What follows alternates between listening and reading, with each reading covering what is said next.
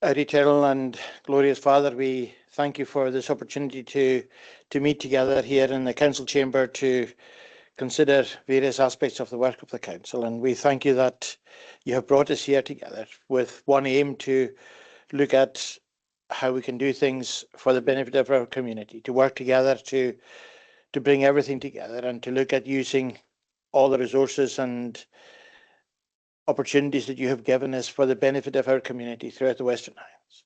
Help us as we do this to consider everything, to do it in a right and proper way, that our focus would be on the benefit of everyone, and that we would look to you as the creator and sustainer of all things, the one who has brought us here and who has put us here, the one who has created these islands and the place where we live. And we thank you for that and for the opportunities we have to continue to help our communities to develop and grow. Guide us in all that we do and help us. Thank you for all the members of the council who have worked so hard to and work hard each day to provide for our communities, for everyone from the chief executive all the way down, and pray that you'd be with and guide each one of them. Thank you for the chief executive and for his years of service, and as he has announced his intention to stand down in the new year, we give thanks for all that he's done and for all the work and effort that he's put in to help take forward our islands over these past 20 years. Be with us as councillors, each and every one of us here, representing our communities, but also looking at the good of the wider community of the Western Isles, that we would indeed look to you, looking for the wisdom and guidance that we need. For it is only as you lead us and guide us that we can do things, that we have the wisdom to see and to know what is the right thing for us. Everything that we are and all that we have is from you. And it's only as we trust in you that we can walk forward. Thank you for the opportunity to be together. And we pray that you'd bless us now. Be with each and every one of us throughout this day. Be with all those who are connected with us. And we remember those who are struggling and finding life difficult, and pray that everything we do, we could be to help in some way, that life would be easier for those who are finding it difficult, whether through illness or through circumstances, that we would look to them and seek the benefit of all. Go before us now and keep us. Bless us in everything we do, for we ask it in your loving and precious name. Amen. Thank you, Councillor MacLeod. Just a reminder for all members of the committee online to have your cameras on and your microphones muted on both the Teams device and your mobile device if you're listening to the translation. And if you wish to speak, only unmute your Teams device. For members in the chamber, I think you all know the queuing system, so if you're patient, we'll try and make sure everyone gets in. And could you please, like I'm doing just now, lean forward and speak into the microphone so that everyone can hear. Thank you very much. Items 24 and 25 will be considered in private at the end of the meeting, and I'm ruling item 8 as urgent to allow the matter to be considered prior to the next meeting of the Comhairle. On to the agenda, item 1 is the minute of the meeting of 18th June 2025, and that's for approval as to accuracy. Read. Thank you. Item 2, declarations of interest. You're invited to declare an interest in any agenda item at this point, and if you become aware of an interest during the meeting, then I would ask you to declare it at that time too. Are there any declarations? No. Okay, we'll move on to item 3, and that is the minute of the meeting of the Outer Hebrides Community Planning Partnership Committee on the 26th of March 2025, and that's for noting. Agree to note. Thank you. Item 4 is the minute of the meeting of the Local Government Employee Joint Consultative Committee of the 21st of August 2025, and again that's for noting. Agreed. Thank you. Item 5 is the minute of the meeting of the Budget and Strategy Board on the 6th of June 2025 and also the 26th of August 2025, and those are both for noting. Agreed. Thank you. Item 6 is the minute of the meeting of the Community Safety Board of 17th September 2025, and that is for approval of the recommendations at items 3, 4, 5 and 6 of the minute. Do you agree to approve the recommendations? Yeah, okay, thank you. Item 7 is the minute of the meeting of the Human Resources Subcommittee of 18th September 2025, and that's for noting. Agree to note. Thank you. Item 8 is the minute of the meeting of Committee Nagalik. The meeting's been rescheduled to Monday the 29th of September, and the minute will go to the full council next week. So hopefully members are okay with that. That brings us on to performance monitoring, item 9 on the agenda, and that's the transformation plan. Excuse me.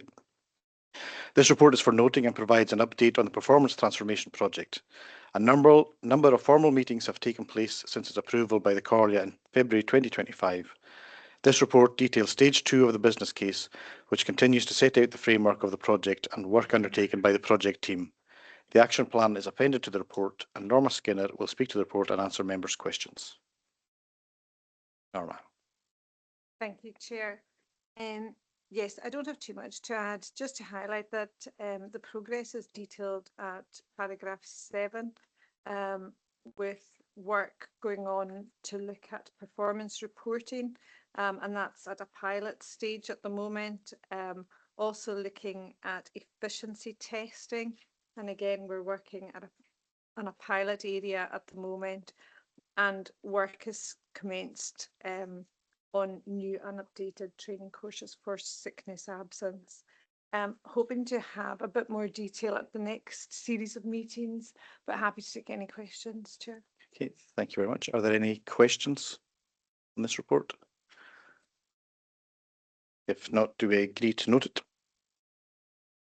Thank you very much, and thank you, Norma. Item 10, corporate strategy update, single authority model and joint island strategic work. So this report provides an update on the development of a single authority model for local governance in the Western Isles and on the progress of joint strategic work with Islands Councils and Scottish Government. There has been a marked and significant increase in the pace of change, moving towards detailed discussions of options as to how single island authority could look and work. Options and suggested governance arrangements for both elements of the work are detailed at paragraph 8 of the report, and Malcolm Burr will speak to the report and answer members' questions.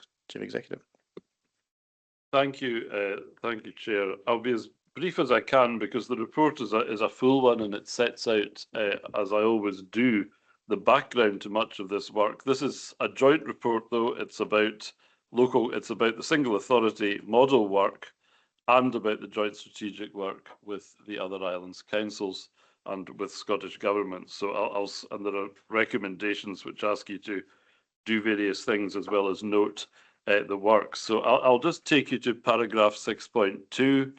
I'm noting there's been a large number of official meetings, ministerial meetings, meetings with other partners, but the point is it's all been productive and it's all been conducive to the achievement of our policy objectives. The big event was the meeting of 12th August here in Stornoway. And you would see that we had senior officials from Scottish Government at that. Following that meeting, we received for the first time, and it's very welcome, options for local governance from NHS Western Isles. That's the first time we've received a detailed set of thoughts from the Health Board on these, on their views on single authority models. Now, I have responded as quickly as I could within a week to the models that were put forward. I've given my comments. I'm awaiting a meeting with Mr. Jameson to take that to the next step. Now, paragraph 6.2 also notes the timetable requires outline proposals to be submitted to Scottish Government by the end of September, which is Tuesday, and a more detailed and preferably agreed options being submitted by the end of December. So this is the first stage of that submission of options. Now, I've noted in 6.3 discussions with NHS Western Isles have not yet taken place regarding a combined list. I hoped when I wrote the report that would be done before the committee meets, but that won't be possible.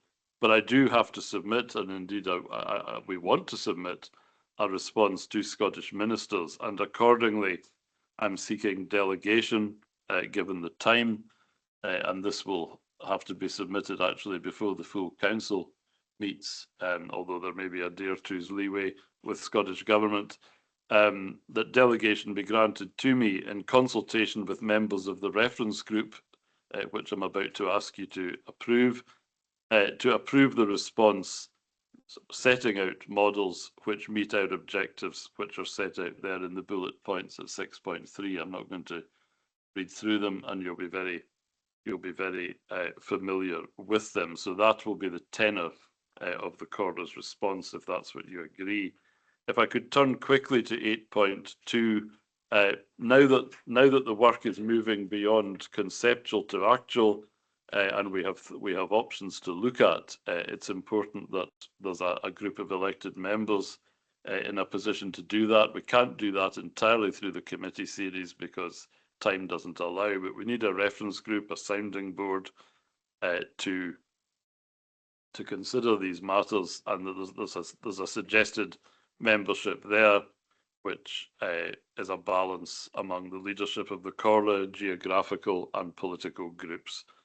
All of the political groups are represented, the leadership, and sufficient geographical spread. So I hope you can agree that, and the officer group is set out there for information at 8.3. I'll move on now, Chair, to the Joint Island strategic work. Now, this is its remit, as it were, is set out at 7.1. That also has moved forward very quickly. We submitted that in the late summer, and we had meetings in Stornoway. As you will know, the First Minister was here along with senior civil service on the 14th and 15th of August. That was a very busy week indeed. And we looked on focused on the three aspects set out there: infrastructure funding model, islands cost of living. Now that's not just cost of living for individuals, that's cost of living for the public sector as well. It's our costs of being, if you like, and community benefit funding. Now, we made progress in respect of each element of the submission. You'll appreciate these are political level discussions that they're rightly confidential at this stage, and I spoke a little at the informal meeting last night about them, and I'm happy to brief members accordingly. But these are private political meetings at this stage. Suffice to say, progress is being made. The next meeting with the First Minister and his team have been agreed this very day. So, in conclusion, it is something of an understatement to note that the pace of work has increased significantly. The commitment of government, civil service to the single authority model and what I will call place-based progress for the Western Isles. That's been demonstrated by these very senior ministerial and official level meetings locally, nationally. The next programme is set up. The commitment's also demonstrated by the award of the £300,000 of Invest to Save funding. I asked for that sum, and it's very rare that you get everything you ask for, but we did. So we have that. We have that to help us take this work forward. I think the rest is summarised well in 9.2. So I think we've made a great deal of progress, and I thank you for your ongoing and unanimous political commitment in the Chamber to this work. We've all been very patient. It needs to happen. All this is very good, and it's as good as it can be, but it's been a slow process, inevitably over the years, but we will not dwell on that. Recommendations, I'm asking you obviously to note the progress of work. I'm asking you to establish the reference group of members set out at 8, with the membership set out at 8.2, although it's entirely up to you, of course, who's on your own reference group. I'm asking you to delegate authority to me in consultation with the members of the reference group to submit the response in accordance with the principles set out at 6.3, and on the joint islands work, simply to note the joint work being undertaken with the two other islands councils in support of our shared policy objectives. Happy to take questions. Thank you, Chair. Thank you very much, Chief Executive. I'll ask members of the committee if there are any questions in the first instance on the report. Councillor Crichton. Thank you, Chair. Welcome the progress that has been made. We've come to this stage after all those years. Can I ask in terms of with reference to 3.1c, will the membership of the council have sight of that response before it is submitted to Scottish ministers? I appreciate the timescales are tight, and it might not be necessary to convene a meeting of the council, but surely the submission could be circulated before it's sent for comment. Yes, it can, and yes, it will. Good, thank you. Thank you, Councillor Crichton. Are there any other questions on the report? If not, there's a suggestion of membership for the reference group at recommendation B, which is set out in paragraph 8.2. Are we content with the membership? Sorry, Councillor Crichton. I was going to challenge Chair Mr. Burr's statement that all political parties were represented, and I was going to say that the Liberal Democrat member isn't on it, but he is in his role as Vice Chair. Yes. That's great. How fortunate. I don't see any other. I'm not looking at you, Ronald, honestly.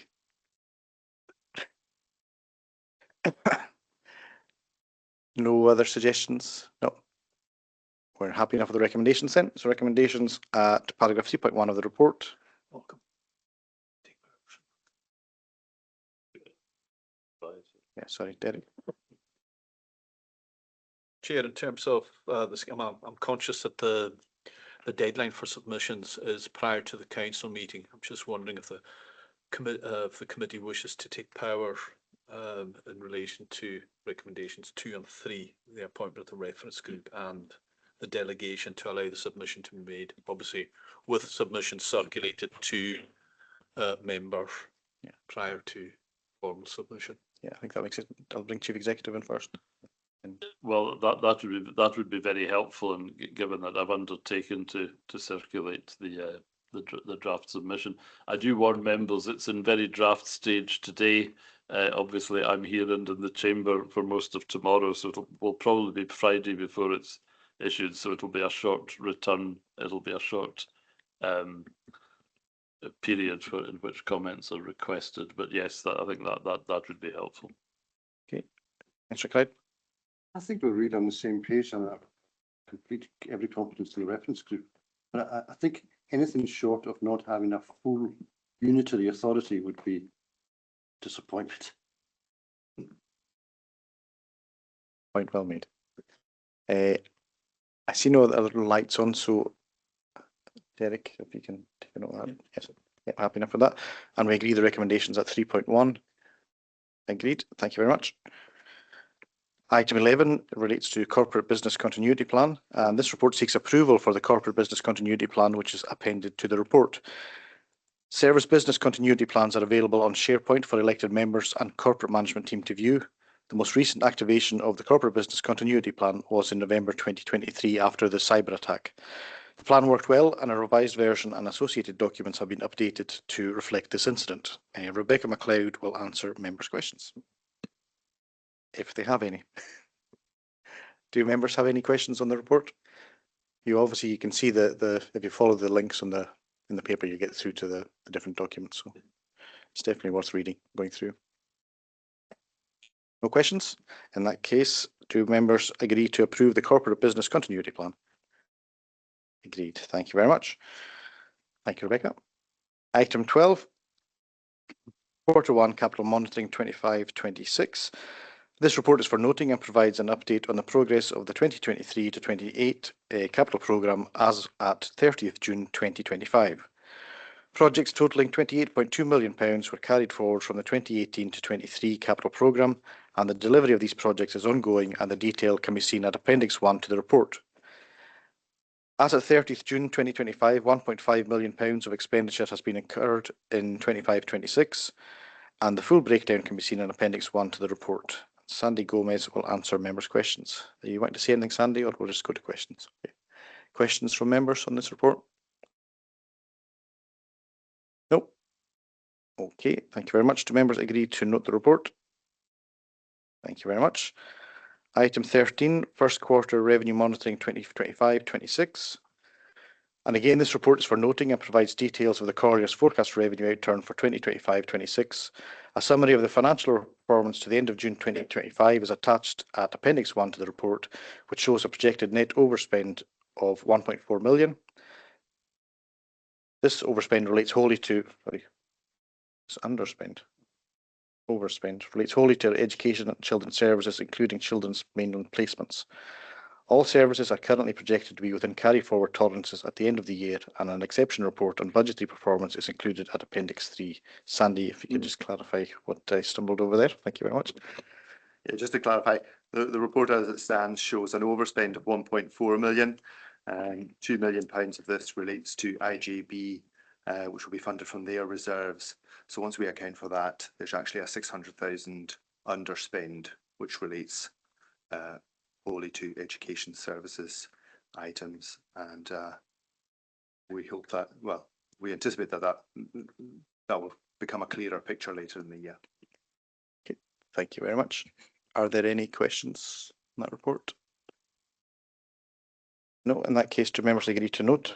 Oh, sorry, no, I didn't see that. Councillor Noddy MacDonald. I'm not going to state, thanks Chair, I'm not going to state the obvious here. We've got an underspend in education and children's services, and we're looking at possible budgetary concerns that sprang from the February report. I also note in the previous item there was a grant following the budget report of £1.something million to Lionel Hub. Is there any way that any of that can be used to mitigate the proposed closures or proposed? I think we were going to talk about consultations. Would any of that be available should the consultations not be able to fulfil our objectives?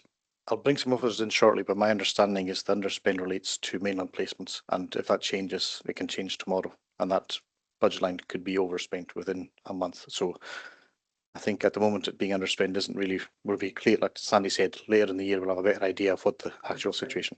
We could be overspent, yeah. So Mr. MacLeod, if you want to come in just to clarify. Yeah, just to clarify as well, a proportion of our underspend at the moment relates to unsettled teacher pay.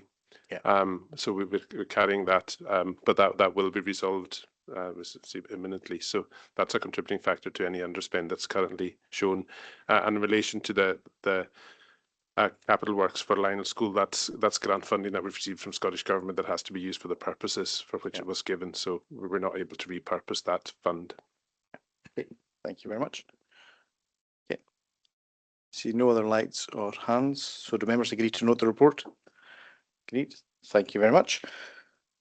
Item 14, Q1 Treasury Management Report 2025-26, and this report is also for noting and provides a summary of the report of the Treasury Management activity during the first quarter of 2025-26. The Treasury Management strategy for that period, which was approved by the Coria on 5th of February 2025, including the recommended prudential indicator estimates for the year, which have been updated to reflect the changes to date and are shown in paragraph 10 of the report. Again, Sandy Gomez will answer members' questions. Are you wanting to come in on that, Sandy? No. Any questions from members on this report? No hands online. In that case, thank you very much for the report. Do members agree to note? Agreed, thank you.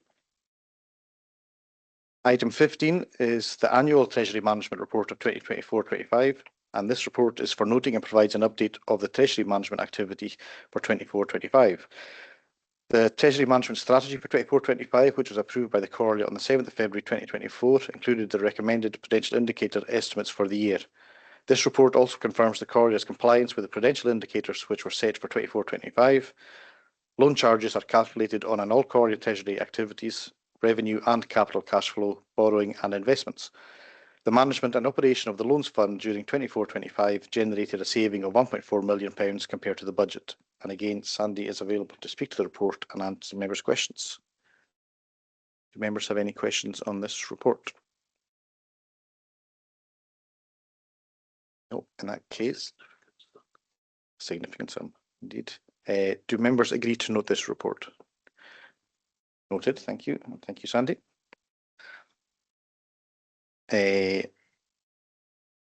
Item 16 is the write-off of debts, and this report recommends that a number of irrecoverable debts totalling £88,211.27 in respect of council tax, non-domestic rates, sundry debts and housing benefit overpayments as detailed in the appendix to the report be written off. Every effort has been made to recover the debts due, and write-off recommendations are only made when all recovery routes have been exhausted.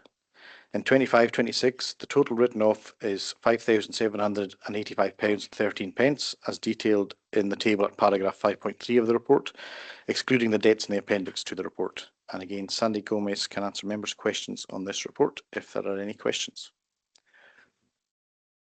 I see no lights. Aha, you were almost going to get away with it, Sandy. Councillor Mackenzie. Sorry about that, Sandy.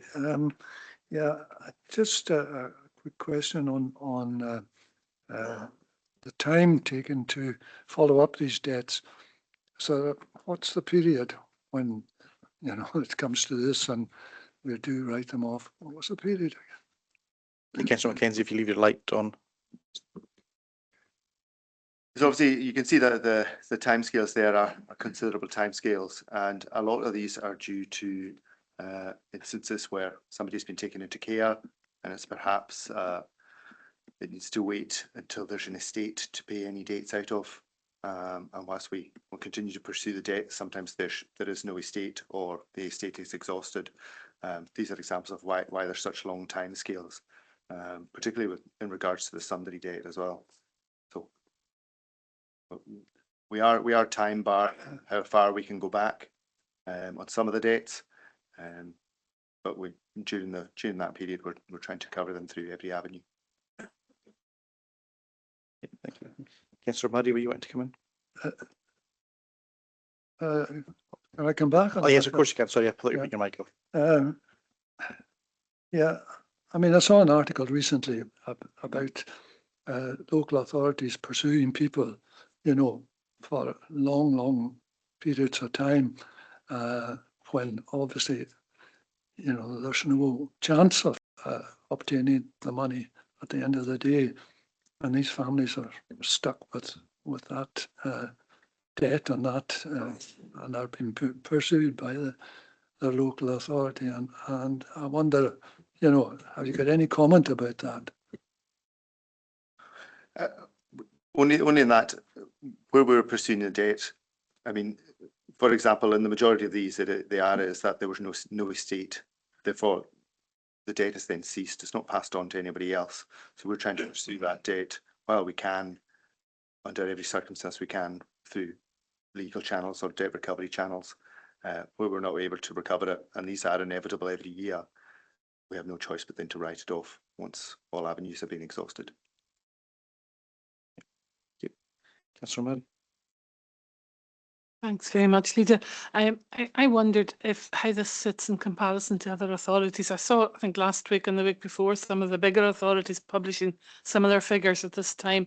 And, you know, if you don't have anything to compare it with, it can seem a huge amount of money. I wonder how, on a per capita basis, according to the size of the authority, our debt write-off compares to others, if you have that sort of information. I don't have that information to hand, but it's something I could gather and compare to some other comparable authorities and kind of have a look at it. I would say that although it does seem like a substantial sum at £88,000, that's sums that have accumulated over a number of years. So it's not that it's just in 1 year worth of debt that we're writing it off. But yeah, I can certainly get that and compare it. Okay, thank you very much.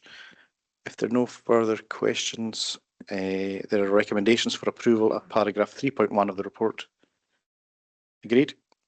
Thank you very much. Item 17 relates to strategic risk, and the report seeks approval for the strategic risk register. The Colony has 15 active strategic risks, and the risk profile can be viewed at the risk matrices at Appendix 1 to the report, which show that 9 are high risk and 6 are medium risk. After controls have been implemented, the risk profile reduces to 4 high, 9 medium and 2 low. The detailed strategic risk register is at Appendix 2 to the report, and strategic risks are aligned to the corporate strategy, and risk events are prefixed with the most relevant strategic outcome. The register was reviewed by corporate management team on the 25th of August 2025, and Rebecca MacLeod will answer members' questions. Is there anything you want to say, Rebecca, or will I just go straight to questions? Are there any questions from members? I don't see any lights or hands up. In that case, there are recommendations for approval at paragraph 3.1 of the report. Agreed. Thank you very much, Rebecca. Item 18 is the Outer Hebrides Community Planning Partnership Anti-Poverty Strategy 2024-26. This report seeks approval of the refreshed Outer Hebrides Community Planning Partnership Anti-Poverty Strategy 24-26 and the incorporated 2024 Local Child Poverty Action Report, or the LCPAR, to supersede the Community Planning Partnership's Anti-Poverty Strategy incorporating the LCPAR 2019. I have Linda Cunningham down to answer members' questions on this. But it's not Linda Cunningham, it's Charlene. So I will pass over to Charlene. Thank you, Chair. Not much further to add. Unfortunately, Linda can't be here today. But just as you mentioned, this has been a refreshed strategy to bring it into alignment with the Scottish Government Best Start Bright Futures, and also to incorporate the Local Child Poverty Action Report, which includes a number of similar kind of key items on it as well. So happy to take any questions on this. Thank you very much. There's obviously an awful lot of work happening around anti-poverty at the moment. I was invited as leader of the independent group at Costa to attend a meeting in Butte House where we were focusing on child poverty specifically. So amongst those discussions, fuel poverty and other areas were discussed. So I think it's a really important area of work for us as a community planning partnership. So it's good to see this strategy coming forward. I believe Councillor Hussein has his light on, so I shall bring you in first. Thank you, Chair. It's just priority families when we look at 6.1, and there is, I think at the bottom of it, families with disability, adult or child. So I think I would probably add as well, you know, not just physical disability, but mental health and people suffering with addiction. That has an impact on the family as much as a physical disability. So just to capture it somewhere there. Okay, I'll take a note of that. Yeah. Okay, and I'll bring in, thanks Mustafa. I'll bring in Councillor Angus McCormick. Thank you, Chair. I'm not a member of your committee, but I am the chair of the Poverty Committee for the Community Planning Partnership, and thank you very much for letting me speak. I wanted to preface anything I have to say by reassuring you that not only do we have officers like Linda and Charlene in this organisation working very, very powerfully in taking matters forward in relation to poverty, but we do have across the Western Isles a group of people that are either employed by this organisation, by the National Health Service, or they're within the third sector, but they are working to ensure that anybody who is in danger of being in poverty in the Western Isles has support. I would be very surprised if there were many people who did not receive some kind of support from these officers. And so though that is something that I hope will perhaps reassure people to some extent. And the point that Mustafa has just raised is something that we discussed just the other day. We're going to have a look at the relationship between drug addiction and poverty. We don't have, the Health Board will probably be able to provide us some statistics on that, and that would include all of the things associated with that. The report is a very long report, and I have to congratulate Linda for the way in which she's managed to bring all sorts of information together. And I would like to thank all the organisations that have responded by giving her information. Although the report is very lengthy, it runs to 73 pages. It's a very interesting read, but the conclusions that start at 7.1 in the report here and run through are a very, very good summary of just exactly where we are. And you'll see that the number one priority is island proofing. Poverty in these islands is different to the way it is anywhere else. And we really do need to persuade the government that that is the case and ask them to step up and recognise that and give us adequate funding to cover the issues that we have. The principal problem we've got, of course, is fuel poverty and energy costs. We have a major problem here in the islands in regard to fuel poverty, but we did hear at the meeting the other day that HHP are hoping to reach a situation in the not too distant future where all of their properties will be proofed against fuel poverty, and I hope that works out, so that we're now really looking at the private sector and older houses, and we've got plenty of them in the Outer Hebrides, as you know. The other things we have to convince the Scottish Government about are that SIMD just doesn't apply. We've known that for years and years, ever since I joined this council. In fact, we've been arguing that SIMD statistics just do not work in an island situation, and we really do have to have the support of the Scottish Government in recognising that. Things like transportation too, and we had a long discussion about transportation this morning, but transportation to and from the islands and within the islands is a very serious problem. Sometimes it means, for example, that somebody would happily take up a job in the islands and can't do so because travelling on the bus means that they're earning less money than they would have on benefits. These are the kind of really serious challenges that we have. We have a number of areas within the council where we make allocations. There is a welfare fund, for example, which is undersubscribed. And that suggests to me that the message is not getting out to people in that regard. And there are also rules around the welfare funding, which means that there's a limit to the number of times that you can apply to the welfare funding. And I think that needs to be addressed as well. There shouldn't be any limit. I mean, if you're in difficulty, you're in difficulty, and you shouldn't be able to, it shouldn't be possible for us to draw a line under somebody's difficulty. That shouldn't be the case. Now, I've said much more than I possibly intended to say initially, but the point I would like to make really is that we do have a very serious problem. It is unique to our islands, and we need to persuade the Scottish Government to address it. The one final thing I would say is I did hear a conversation on the radio at lunchtime just where the Scottish Child Poverty Action Group was responding to questions about the child payment. Now, the child payment that the Scottish Government has introduced is very good. There's no doubt about that at all. But unfortunately, all it does is make sure people are eating. It does not mean that they have a satisfactory level of existence. And so I would like to ask the Community Planning Partnership to add their weight to the Child Poverty Action Group, who are asking for a doubling of that figure. Thank you very much, Chair. Thank you very much, Councillor McCormick. The Community Planning Partnership is meeting tomorrow, so we can certainly raise these points, and there'll be a lot of discussion around this. So I don't see any other lights on.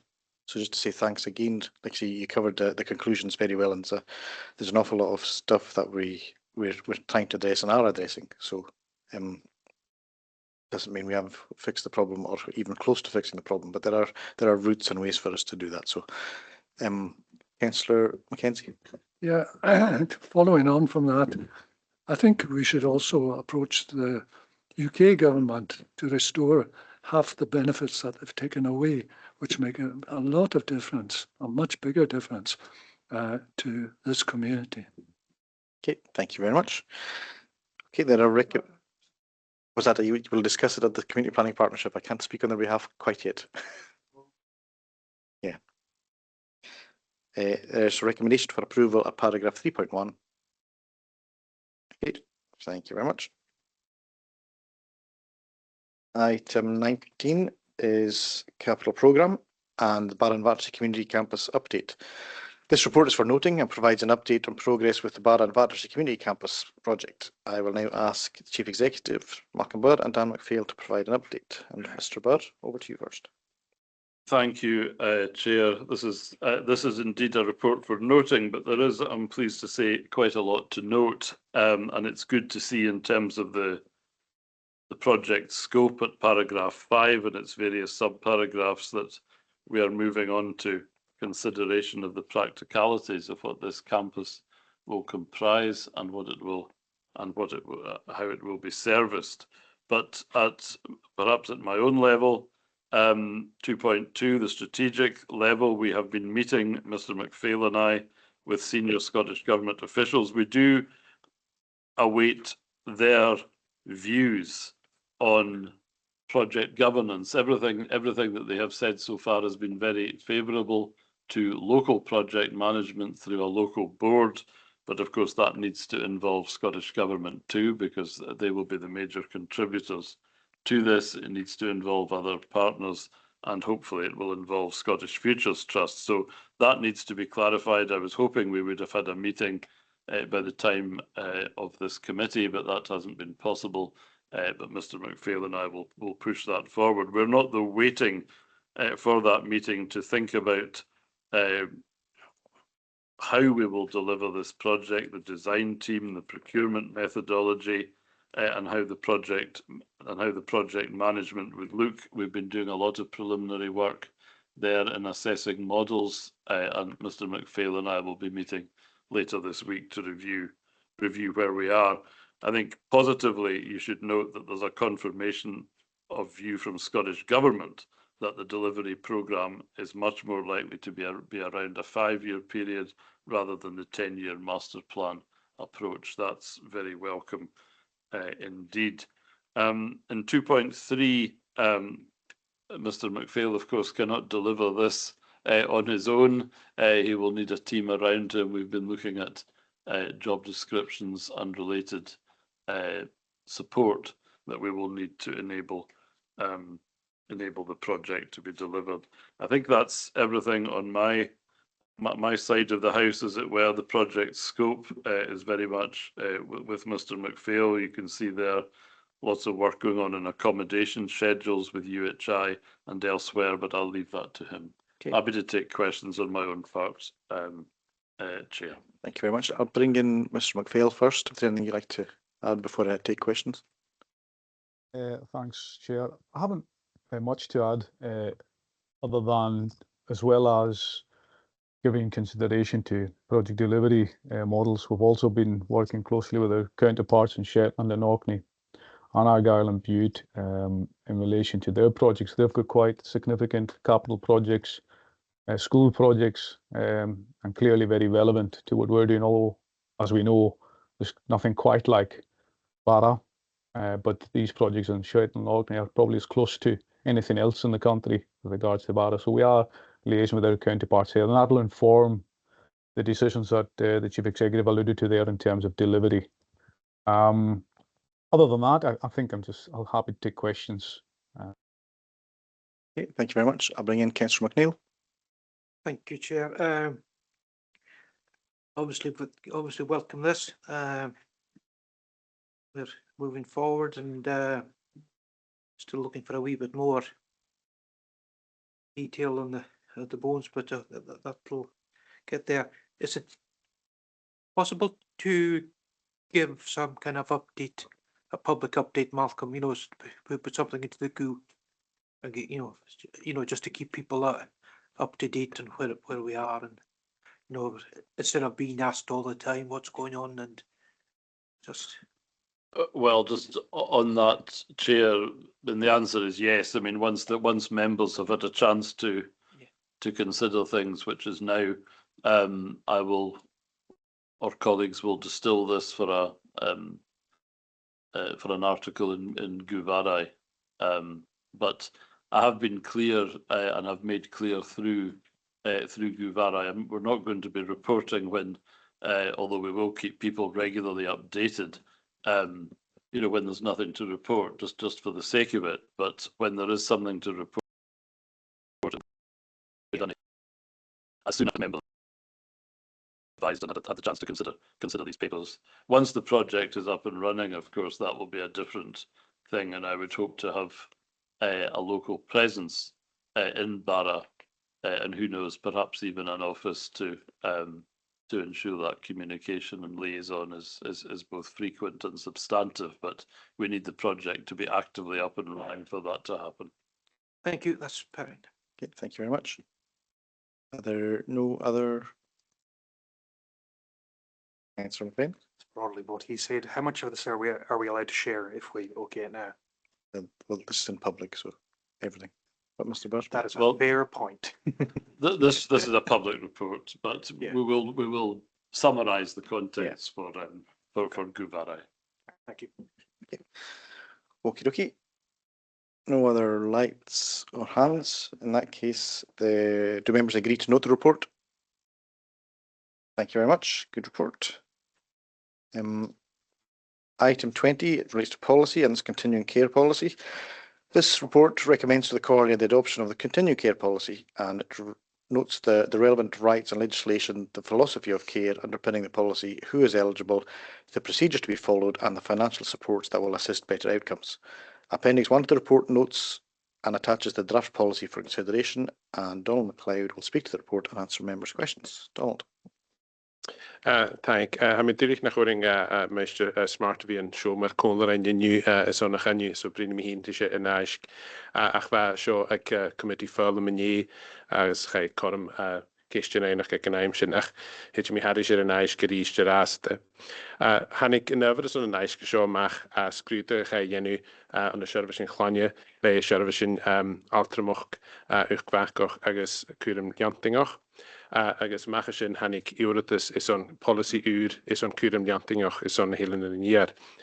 Was sin steige in policy was seo as dan sin rausach had is ut of tachard had is de Cusin Nashente agus ut of sulige van Realtus agus Sunbach.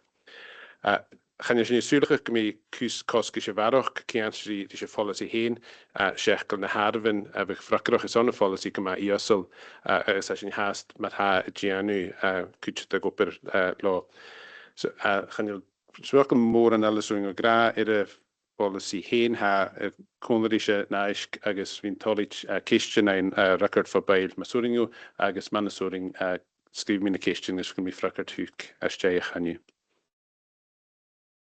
All in time, Master MacLeod. Check to be.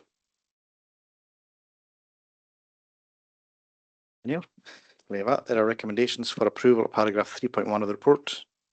Agreed. Thank you very much. Item 21, Duty of Candor Annual Report 2024-25. This report seeks approval for the Duty of Candor Annual Report for 2024 to 2025. The Comhairle has a duty of candour policy statement and procedural guidance document which was approved in 2021. It was reviewed last year as reported to the Comhairle in June 2024. The Act requires the publication of an annual report as soon as reasonably practicable after the end of the relevant financial year and prescribes the information which must be included in the report. A draft annual report for 2024-25 containing the prescribed information is appended to this report. There was one instance of activation of the duty in 2024-2025. Mr. Tim Langley will speak to the report and answer members' questions. Mr. Langley. Thank you, Leader. Just one thing to add. As you said, the Act prescribes what goes into the report. The Act also prescribes what can't go in the public report, which is any personal information or any information which will identify the particular case. So that's why the report is necessarily quite general and bland, but I'm happy to take any questions as far as I can in the public forum. Okay, thank you very much. Are there any questions? No, in that case, there's recommendations for approval of paragraph 3.1 of the report. Agreed? Thank you very much. Item 22 is elected member training and development strategy, and this report details the draft elected members training and development strategy appended to the report, which details the support mechanisms provided to elected members by the Comhairle and outlines the development path elected members can engage with, from briefing for prospective candidates, induction for newly elected members to continued professional development throughout the term of office. Derek Mackay will answer members' questions and speak to the report. Derek. Thank you, Leader. Nothing much to add to the report. The strategy really brings together the various methods of training and support provided to members in one document.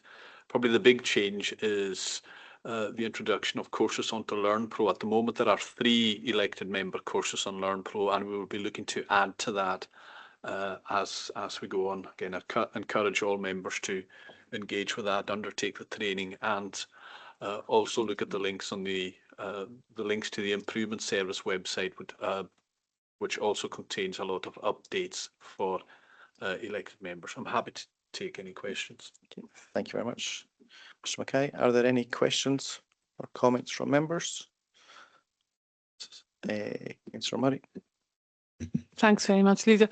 I wondered if there was any plans to speak to members about what they would have found useful. I know that's been maybe done on a more informal basis, but I think, you know, it is something that you only learn with a lot of it. You just pick up with experience, and that there may be ways of formalizing some of that into some kind of feedback session. I know that the Chief Executive has spoken to new members after a year in place to see how they were getting on and what they found useful and what they would have found useful. So I just wonder if there was any way that could be brought in to supporting future members. Thank you. I'll bring the Chief Executive in first. Thank you, Chair. It's a very good question. It's something we used to do. I used to have formal and almost annually discussions with members about training needs, but it's fair to say the take-up wasn't universal, and I didn't want to be chasing members into meetings that perhaps they didn't feel necessary. So we reverted to new members, as you've said, after a year. And after that, it was on the basis of the door is always open if you wish to discuss training needs either with me or Dirk Mackay, or indeed Joanne McInnes can also note as your contact point. So we've left it at that, but I would be very happy to reinstate that on an annual basis if that would be helpful to members, and members can then just indicate they don't want to or don't feel the need to do that if they wish. I'm in your hands on that. Yeah. I think if members are interested, then like I say, the door's open. We can look to engage on that basis. Again, I'm happy to receive correspondence on that as well if there's a specific thing that we should be covering. The one thing I will highlight though is the LearnPro situation. You know, just ensure that you're able to log in and take part in the courses there. There's a lot of good retraining modules on there to follow up on. So, thank you, Chair. Just thinking aloud, I will include an item on this in the next members' update and maybe ask for responses by a certain generous date, so that we ensure that any training seminars which have a variable attendance are meeting members' needs, and that we're not putting on training unless it's statutory that members don't feel they require. Yeah, Councillor Murray. I'm not thinking of anything, as formal. I mean, obviously the statutory training, I think, looking back, the licence board exam at the end came as a bit of a shock to me, particularly having just exited the education system. I didn't expect it, and of course it was during COVID, and the check to your premises that you had to do virtually by putting your laptop under the table to show that you hadn't appended any cheat notes to the bottom of the table was quite a surprise. But I'm not thinking about anything as formal as that, but I do think that there are areas that you may be not aware of as a councillor, and rather than picking them up as you go along, some sort of induction could be of use. Thank you. I'm aware that COSLA are also working on pulling something together. I don't know if you've been involved in those discussions, Eric. But we are working with the improvement service on updating the induction materials and induction training for members, and that will include updating our pre-election briefing for not just existing members standing again, but for any potential new candidates on the wider role of a councillor. Yeah, I think there'll be useful information in there for all current members as well to Yeah. access. So, okay. Councillor Murray. Thank you. Just wanted to comment that I'm aware of my colleague Councillor Murray being well aware of all the cheat notes and the ways of doing things these days. I hope she didn't have to call you. Okay, thank you very much. Do members, the recommendations for approval at paragraph 3.1, are members happy to approve? Okay, thank you very much. Item 23 is reports outstanding, of which there are none at the moment for this committee. And now we move into private for the following two items. So we'll move into private. Thank you.